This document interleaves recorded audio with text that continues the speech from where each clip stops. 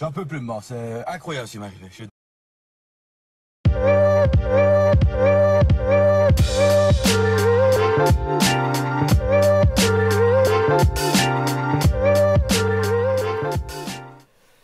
Et bonjour à tous et bienvenue sur la chaîne de l'Examen de Crypto. Nous sommes le samedi 7 septembre 2024, il est 7h30. On va faire le point sur la situation du Bitcoin, on va regarder aussi les altcoins et quelques news. Installez-vous confortablement. On démarre, mais avant bien sûr, je rappelle à tout le monde que tout ce que je vais dire dans cette vidéo n'est en aucun cas un conseil financier. C'est à vous de faire vos propres recherches. Et n'oubliez pas que le trading de crypto comporte des risques de perte partielle ou majeure.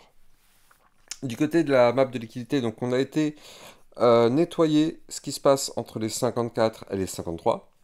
On voit qu'on a pas mal de liquidités ici aux alentours des 48 000. Entre les 48 000 et les 46 000 dollars, on a quand même beaucoup de liquidités à venir chercher. Est-ce qu'on va venir les chercher? On n'en sait rien, mais en tout cas, c'est vrai qu'il y a quand même énormément de choses à venir récupérer. Au nord, si on veut commencer à venir récupérer des liquidités, ce sera déjà aux alentours des 65-66. Et puis après, on a aussi pas mal de liquidités aux alentours des 76-78 000 dollars. Du côté du ratio long-short, on est toujours sur un ratio extrêmement difficile. C'est-à-dire que là, vous le voyez, on est actuellement à plus de 78 pour les longues et on est à 21 pour les shorts. Donc là, on va pas se mentir, c'est quand même extrêmement dangereux. Donc là, quand on voit un ratio comme ça, on a tendance à vouloir équilibrer.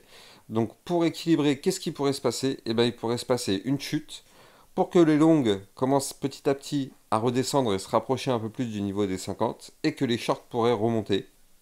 Donc là, pour l'instant, ça peut faire peur. Ce chiffre-là pourrait effectivement faire peur. Allez, on va regarder les news. Donc hier, dans le Club Lexa Rocket, j'avais fait une vidéo concernant la crypto ANKR. D'ailleurs, si vous voulez recevoir encore plus de vidéos que ce que vous avez sur YouTube, n'hésitez pas. Le Club Lexa Rocket est là pour ça. Ça vous permet de recevoir des crypto pépites et encore plus de vidéos. Donc, vous avez bien sûr le lien en description de cette vidéo. Du côté de Morgan Stanley, donc le géant bancaire, ils viennent de révéler que 6% de leur portefeuille de fonds institutionnels est investi en fait dans les instruments liés au Bitcoin. Ça fait quand même pas mal, 6%, c'est quand même assez colossal. On a les trois plus grandes banques japonaises, MUFG, Mizuho et SMBC, qui prévoient d'utiliser des stablecoins pour les paiements transfrontaliers. L'initiative baptisée Projet Pax sera générée par des sociétés de blockchain, notamment Progmat, DataChain, Toki, avec la participation aussi attendue de plus de banques dans le monde entier. Donc ça peut être effectivement une bonne nouvelle pour l'adoption massive. En tout cas, on voit que petit à petit, on y arrive doucement. Donc ça, c'était une petite alerte sur le Bitcoin. On a aussi notre information. On voit que sur les 7 derniers jours, on a eu que des retraits de capitaux sur les ETF Bitcoin. C'est quand même pas forcément bon signe. Là, regardez, on était dans le vert, dans le vert, dans le vert. Il n'y a eu que des entrées jusqu'au 26 août. Et puis après, à partir du 26 août, on a eu que des retraits du côté des ETF Bitcoin. Et donc, si on continue, on termine, effectivement, après, non, après, il n'y a plus rien. C'est vrai que c'est le week-end, il y a moins de choses quand c'est le week-end. Donc, on démarre directement l'analyse technique. Donc, n'oubliez pas que tout ce que je vais dire dans cette vidéo n'est en aucun cas un conseil financier. C'est à vous de faire vos propres recherches et le trading de crypto comporte des risques de perte partielle ou majeure. Allez, on démarre. On va chercher notre Bitcoin directement. Donc, mon petit Bitcoin, où est-ce qu'il se cache? Il est là. Donc, on va démarrer avec une vue jour. Hop. Voilà. Donc là, du côté du Bitcoin, qu'est-ce qu'on voit directement? Eh bien, on voit que malheureusement, on a chuté. Oui, c'est vrai. C'est pour ça d'ailleurs que je vous ai fait un flash spécial hier soir aux alentours de 18h30, 19h. Qu'est-ce qui s'est passé? On est venu chercher le support des 53 622, comme vous pouvez le voir ici. Le support pour l'instant a l'air d'avoir parfaitement tenu, tant mieux, heureusement d'ailleurs, parce que sinon ça aurait pu aller beaucoup plus bas. Par contre, ce qu'on voit, c'est que on a fait une micro-cassure du dernier point bas. Donc c'est une toute petite cassure, donc c'est à prendre avec des pincettes, mais on a tout de même breaké le dernier point bas. Il fallait surtout pas clôturer la journée en dessous, combien c'est? Des 54 011. Et donc là, malheureusement, c'est chose faite parce qu'on a clôturé la journée d'hier à 53 950 dollars. Donc, effectivement, le dernier point bas est cassé. On vient de faire un point bas plus bas que le précédent.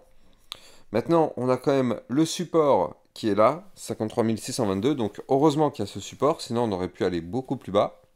Mais ce qu'il faut comprendre, c'est que là, pour l'instant, effectivement, du côté du Bitcoin, on est bel et bien toujours dans une tendance baissière, vu qu'on vient de faire ce point bas plus bas que le précédent.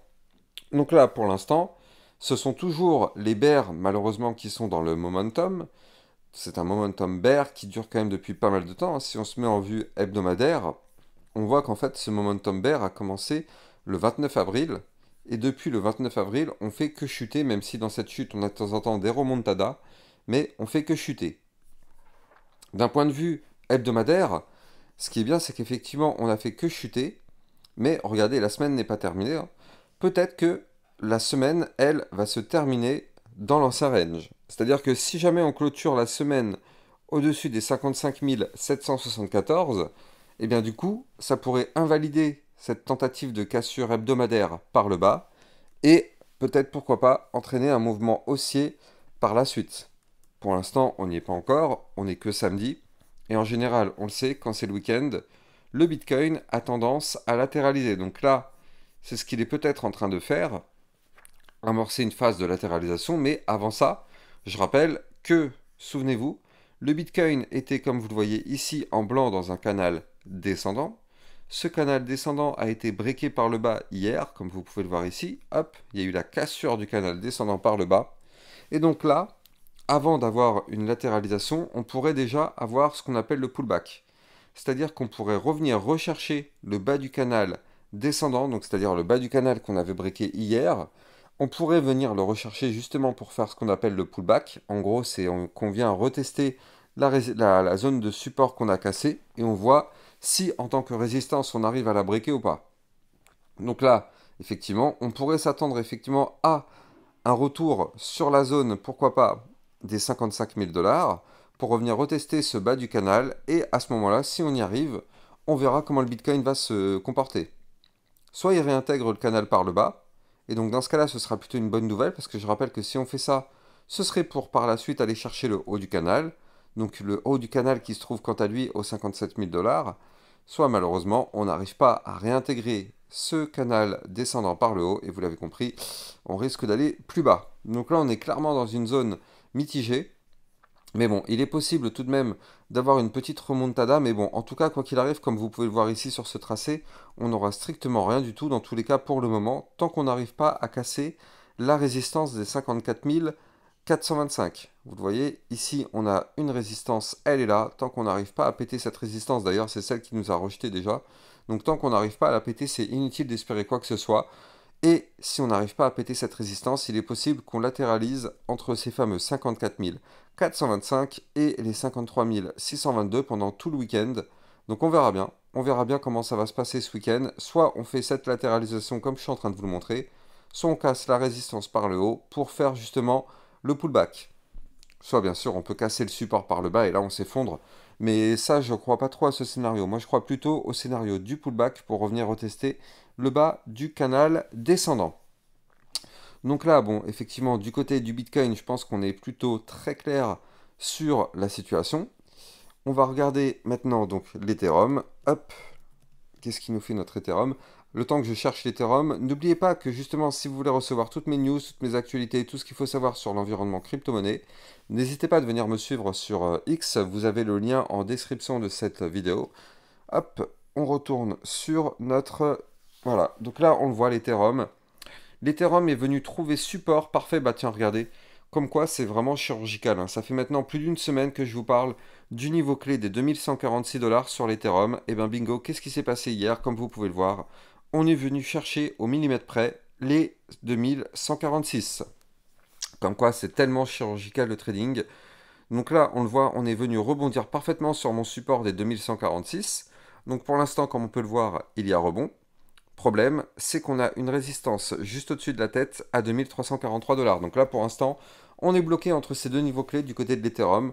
On va voir, il est possible encore qu'on latéralise pendant tout le week-end, donc on verra bien. On verra bien si on break la résistance par le haut pour revenir rechercher le bas du range à 2555 ou si on pète le support Et malheureusement, dans ce cas-là, ce serait pour aller chercher les 2058, voire même les 1936 dollars. Donc on n'y est pas encore, mais on va surveiller bien évidemment tout ça de très très près dans les prochains jours. Je rappelle que pour trader toute cette volatilité, vous pouvez utiliser mon lien de parrainage Binance en description de cette vidéo, qui vous permet de trader sur une plateforme enregistrée PSAN auprès de l'AMF. Il n'y a donc pas de risque de blocage ou de fermeture de cette plateforme. Le lien est en description de cette vidéo.